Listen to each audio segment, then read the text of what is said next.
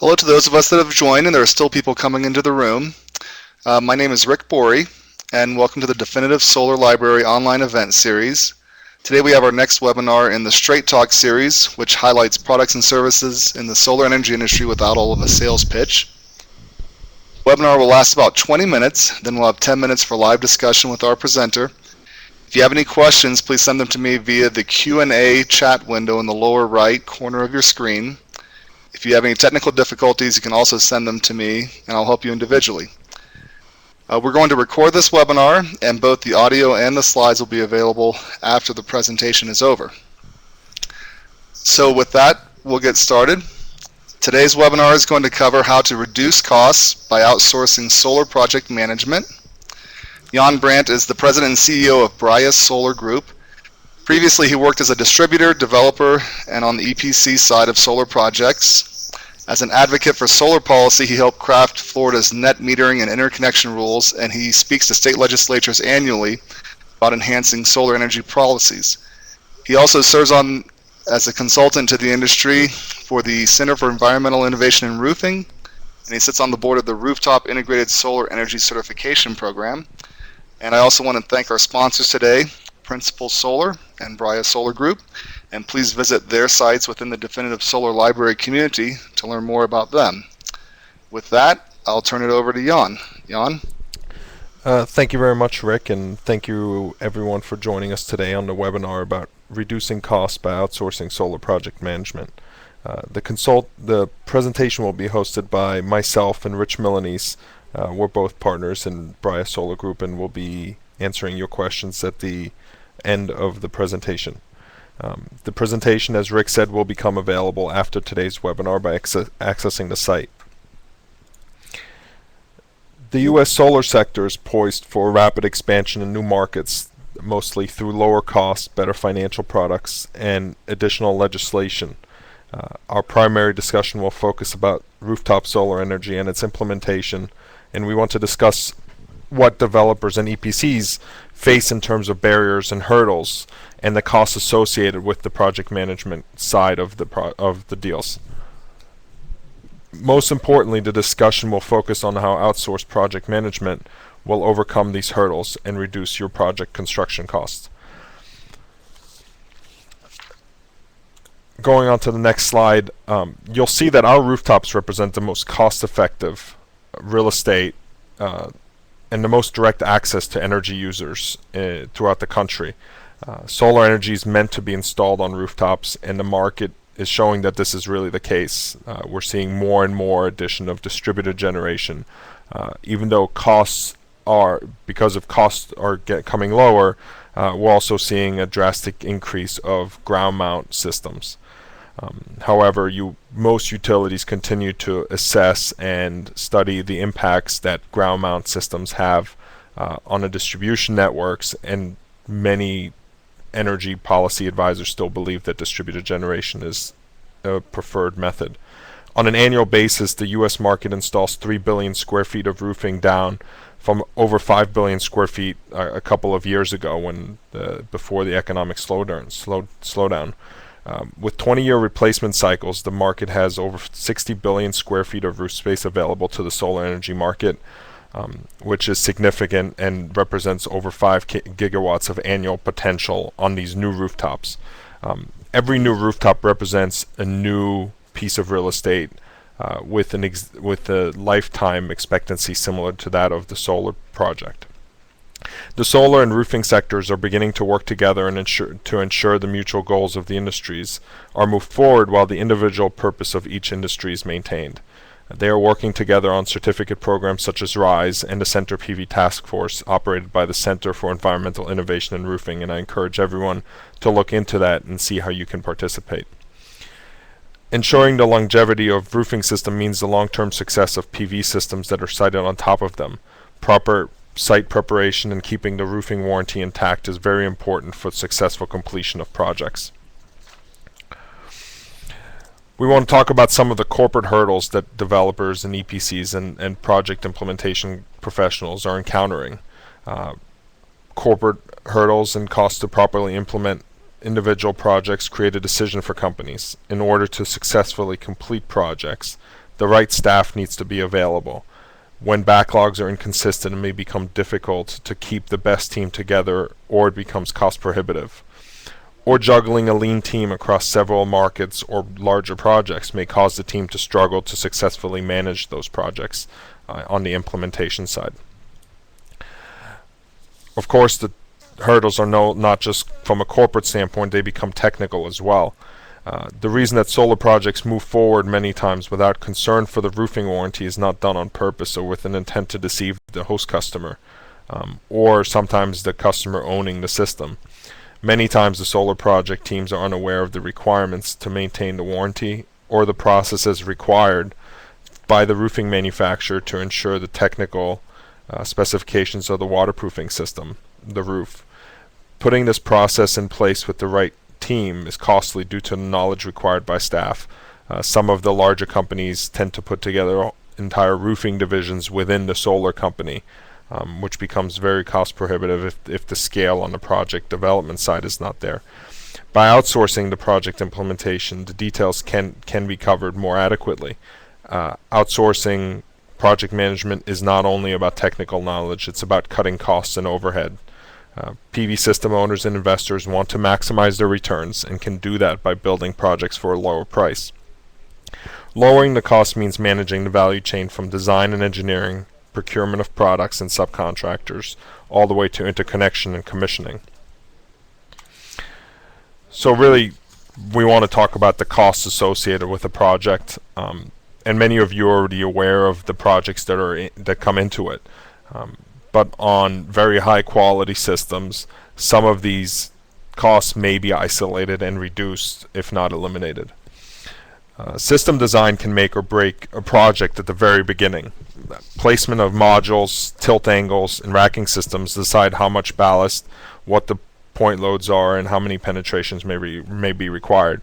And that seems like a small part in terms of costs, but that does decide how much energy output is produced by the system, depending on how the modules are placed and what tilt angle and what azimuth. So these things do have an impact. Sometimes the structural requirements of the project, of the facility, mandate how a system has to be designed, and if any penetrations into the roof system need to be done. Penetrations oftentimes mean costs and potential leaks, which can put a project on edge.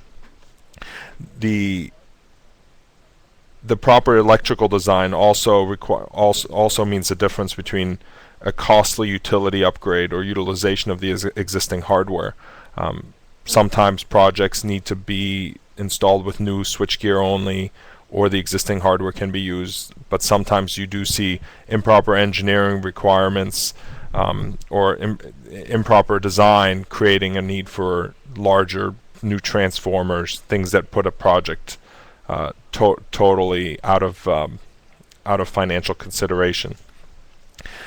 Depending on the utility, getting a head start on interconnection can be crucial in keeping the schedule. And it can be just as crucial as proper scheduling of product delivery and keeping the subcontractors on track for completion. Many of you probably have some nightmare stories about interconnections with utilities. So putting this right up front with the design aspects and keeping the utility involved on your design could get you around some of those issues as well. Moving forward to procurement, both of products and contractors, everyone always emphasizes product procurement, especially the modules. What is the module price? If you've attended the last couple of solar shows, trade shows, it was a game of who has the lowest module and who can achieve certain pricing. While that is important and it's the most likely culprit for because it is the largest cost item in the project, many people ignore some of the smaller cost items like inverters and racking systems, and properly procuring those and designing those can create a 5 to 15, 20 cent swing per watt on projects. And balance of systems become important as well. how many combiner boxes, what kind of fusing, and what kind of monitoring system is important to many investors because they're looking at a 20-year investment as well. The largest cost savings, however, can come in the subcontractor procurement and management. It doesn't mean that you have to sacrifice quality for price. It means that creating tight scopes based on engineered documents and holding those subcontractors to the scope and schedules. In many cases, splitting the scopes of mechanical installation of the racking system, and electrical contractors can produce additional savings depending on the area and the project. Additionally, looking at contracting on projects that utilize carports or outside systems that aren't rooftop related, splitting some of the mechanical and civil work may make some sense for the project depending on the schedule requirements and the budget. And Jan, we had a question on that previous slide, if I could interrupt you for a second. Sure.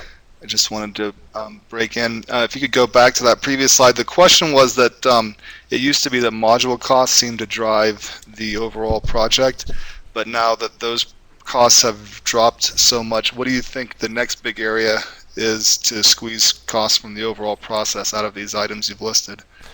Yeah, I mean, I think that's a good point. And if you ask some of the industry researchers, they would tell you that modules actually went below the price that is healthy for them to survive in the marketplace. And even though everyone wants to bring module pricing down, their financial success is important as well.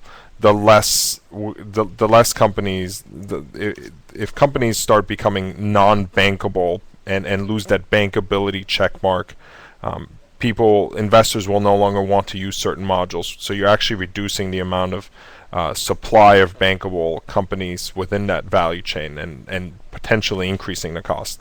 But to answer your question, I still believe, and it's the feeling of our firm, that inverters and racking offer a great source for value engineering as well as reduction of costs. There is a whole subsegment of racking systems that is coming out now that's a little bit different than the typical aluminum type racking, and their costs are coming down as well through larger scales.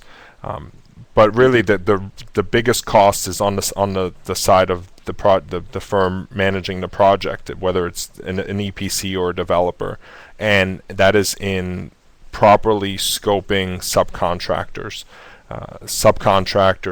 The range is astronomical, but really it becomes it's the fault of the person asking for the bids.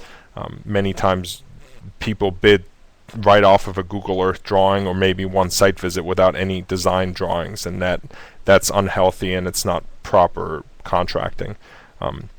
So to answer your question, there's a little bit to shave off everywhere, but most likely the most appropriate place to take healthy costs out of it without taking people's margin away is on the contracting side. So to move forward, really, and I think this will further answer some of the question that was just asked, is discussion on contractor margins. It's never a healthy business relationship when one person wants the other person to make the least amount of money possible. I think the proper business relationship means that everyone makes a healthy margin and makes money and wants to do the next deal together without one person taking advantage of the other. However, contractors and procurement means that you can move forward, get the project done, and get someone what they need. Reducing scopes and removing procurement from contractor scopes has its pros and cons. Some contractors do not like to remove product procurement from their scope. It eliminates margins as well as control or product delivery. A lot of larger contractors require that product procurement is done through them because of those two reasons. It eliminates some of the money that they're able to make by marking up the product because they put it through their balance sheets, as well as, and this is probably a larger unrealized one by developers, is product delivery is the most common holdup for project completion, and then there's an argument about whose fault it was that the project wasn't on schedule. With over half of the project costs coming from products, the margins can almost be cut in half by procuring the product at the investor developer level. Controlling the scopes and actively managing the procurement puts project completion in the hands of the system owner. And keeping the schedule and bringing the costs in on budget is controlled by the company maintaining operational management of the project. And that really means that who is representing who. In many cases, when a system owner is hiring a contractor to deliver a project, the building owner either has to hire a consultant to oversee the construction, or has really no voice to be heard in the project, or has no qualified voice to be heard in the project. Not everyone is a qualified solar project manager. So bringing some operational management back to the owner of the system, whether it's a building owner or investor or a development firm, is very important and can help lower some of these costs, as well as ensure or just keep the costs where they should be in order to make a project successful. So really, to go back to the original intent of the presentation, is what are the advantages of outsourcing? First and foremost is one of reducing costs and staff. Outsourcing project management makes sense for corporate staffing as well as project costs. Backlogs really are too inconsistent to put big teams together and manage project implementation. The salaries and benefits associated with putting a team together puts a huge strain on companies. Puts a huge strain on companies in order to keep them working. Otherwise, they're just idly sitting by and costing the firm big money, resulting in layoffs or reduction in staff. And that's never a healthy business. Outsourced project management allows individual project developers to take advantage of others' procurement and lower their product costs. Many individual projects bring scale to subcontractors, which lowers their costs as well. You can continue to focus on project developments and sales while leaving the project completion to our team. No matter where the project is, or if it's just a one-off deal, you can chase it with utmost confidence. And it really goes back to talking about the geographic preference and geographic concerns that people have in chasing. When I talk to some of the developers that are looking at new markets that maybe have a new policy, they don't fully go into a new market until they have a full team in place to be able to back up what they're selling to the potential customer. By outsourcing some of the project management, they have an opportunity to basically go right into a new market, test it out without putting a full team in place. Moreover, making your potential clients comfortable with your knowledge of roofing and ensuring their concerns with the roofing warranty will help close more deals, and that really goes back to raising the quality of projects and the underlying roofing system that's beneath it. We have been involved in projects where customers make a decision on who to choose based on who is going to take the most care of their roofing system. The roofing system is a costly investment that the building owner has made, and they need to make sure that what's under that roofing system is still held free from any moisture intrusion. We realize that our team is offering a new product to the solar industry because we've been on the other side of it. We understand why things are done the way they are today, but we truly believe that the lessons learned by the real estate industry that has moved to a construction management can work in the solar industry as well. Fixed fee outsourced project and construction management will work in the solar industry, and it will bring your project to successful completion on schedule and on budget. It's about making sure that the representation of the project owners, or in this case owners, developers, EPCs working in new markets, and investors, the representation is adequate and to the satisfaction of the person backing that investment. So to give you a little bit of background about the company and for questions, please do type your questions into the Q&A chat window. and we'll see them and we'll be able to answer them. I'm here as well as Rich Milanese is here. We were both with an EPC company up until about 6 months ago. We formed this new venture in October to focus on building better rooftop solar projects, and the reason that we did that is we thought the margin constriction was unhealthy, and the industry as a whole was avoiding some of the concerns of the roofing systems, and we thought there was a better way of doing that. So we formed the venture to focus on this outsourced project management to help companies achieve more project development. So we were on the EPC side previously. We both come from the roofing industry. Myself on the roof engineering side of it, and Rich on the roofing contracting side. So we understand what it takes to maintain a good rooftop over the years.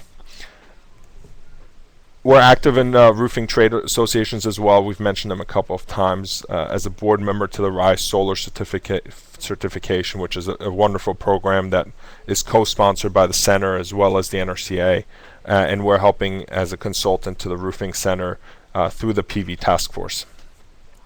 And really the last of it is we don't think that scope and margin reduction should result in lower quality system. We actually think it can raise it. So with that, we're happy to take any of your questions that you may have. Thank you, Jan. And we have several questions that have come in. Again, if you have a question, you can submit it into the chat window underneath the Q&A box on the right side.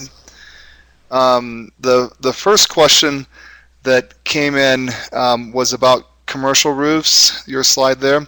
Are you seeing commercial roof designs adjusted for solar in the new construction, or does solar still have to work around whatever the roof and equipment looks like when you get it?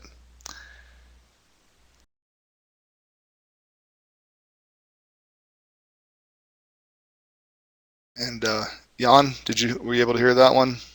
I think Jan is switching his microphones. Sorry about that. It's a great question, and the answer is yes. The roofing industry does realize that solar energy is looking at their industry as a potential host site for solar energy systems. What that means is the roofing manufacturers, in a different degree of involvement, are getting involved in solar energy. A couple have gone a little bit further than others, but what is also happening is that roofing manufacturers are doing testing, and they're trying to figure out what are the important aspects of the implementation of energy systems on top of the roof systems that reduce the technical longevity of the waterproofing system. One of the things that the Center PV Task Force did is put out a draft criteria for racking systems and what is the important criteria for deciding what impacts they will have on roofing systems. So we're definitely seeing that. You're seeing some manufacturers come out with PV ready roof systems, which is a little bit of a premium product that has more technical ability to host an energy system, and you're seeing solar energy buyers actually upgrade their roof systems to those products as well. Okay, thanks. The next question was, how does a outsourced project manager like Bria work in remote locations? Do you visit or stay on site as needed? Depending on the requirements of the project, we either are on site or manage it on a higher level depending on the requirements. We've done both. Most of the time you end up with a construction management representative on site looking at the day-to-day, and a project manager overseeing several projects, looking at deliveries, bidding, procurement, things of that nature. But primary focus at this point is on the larger side of project, and it really comes down to delivering a scope of work to the project manager as well. Okay, another question was, what states do you have experience with in the past, and do you provide PM services currently, and are some states better than others? Well, I mean, that's the great part about project management. We are almost state agnostic. The the biggest thing that we look at when we look at potential new states is the interconnection rules. We don't want people to develop a project that may not have the ability to get interconnected because of the local codes and regulations. That being said, we are active in the main players across the eastern seaboard, from Massachusetts, New Jersey, the Baltimore Beltway, as well as North Carolina. We've delivered projects in Florida as well. So each area is going to have its requirements, its difficulties, but it's pretty straightforward from our perspective, because we look at designing a system with a professional engineer from the area and bringing it to completion according to the drawings. Okay. Another question was about how a outsourced project manager would be compensated, hourly from the savings that they realize on the project, a percentage of total. Do you have any guidelines for that? Yeah, I mean, typical guidelines are this: it's a fixed fee depending on the size of the system, and obviously the difficulty of the schedule. We look at it from a time perspective as well, but we don't look at anything on an hourly basis. It is strictly a fixed fee. We have entered into agreements as well where there was a fixed fee plus a percentage of the savings, so it created some upside for both sides in either case as well.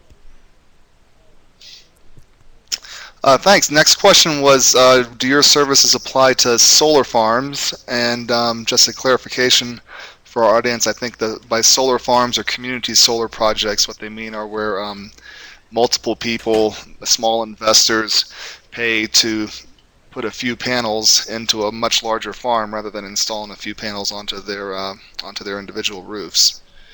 So have you had any experience with the solar farms? Yeah, I mean, solar farms are common as well.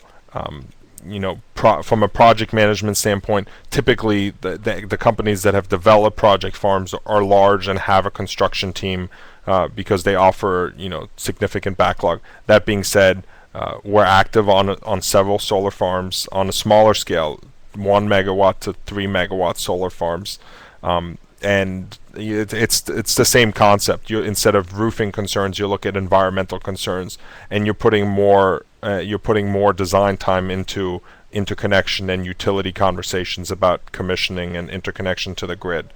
That is definitely where significant lead time items like substations and transformers come in, and we want to make sure that the schedule is not hampered by a 12 or 16 week lead time by a transformer or something of that nature. While our focus is rooftop because of our background, the services have created interest on the solar farm side as well. The next question was about comparing the cost of solar in the United States to Germany. And this participant read an article that in Germany it was €2.80 per watt, and in the U.S. And I think they're talking about residential roofs here. In the U.S. it was the total installed costs are close to the $4 to $5 range. They were wondering why Germany's so much cheaper than the U.S. and what we could do to close that gap for the final total installed cost. Sure. I mean, the primary reason that markets like Germany and others is because the backlog is consistent. It is a market-based opportunity. Everyone with a rooftop has a similar opportunity to engage a solar project. Whereas in the U.S., other situations come into play. How much energy is being used by the facility? What are the tax positions of the facility owners?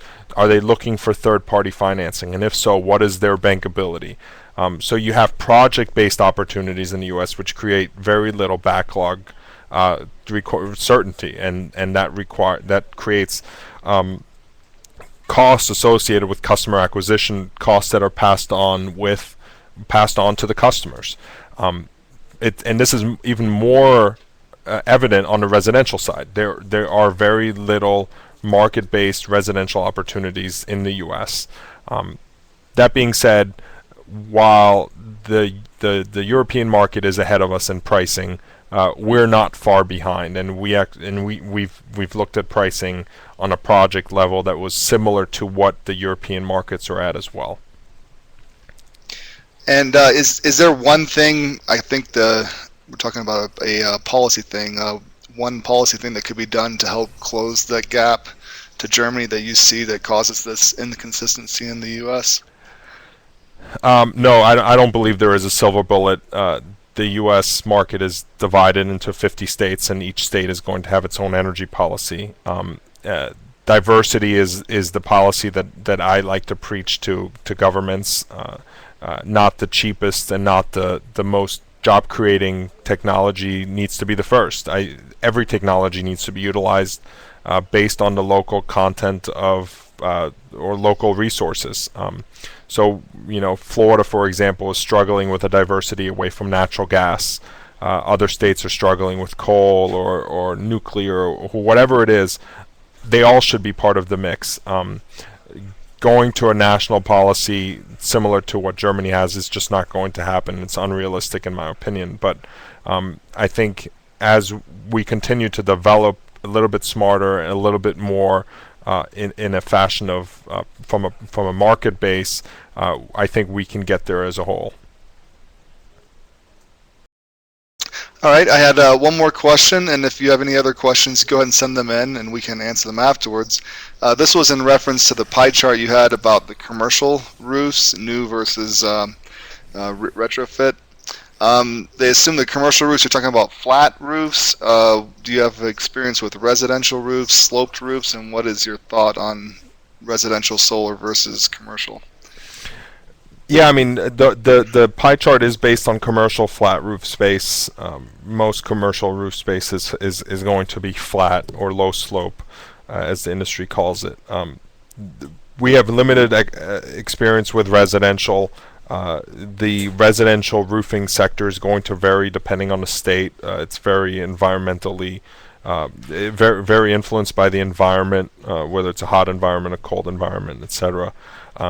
As well as the socioeconomic makeup of the area. I mean, there are a wide variety of price ranges in the residential sector as well, but we don't currently work within the residential sector unless it is something along the commercial scale. Okay.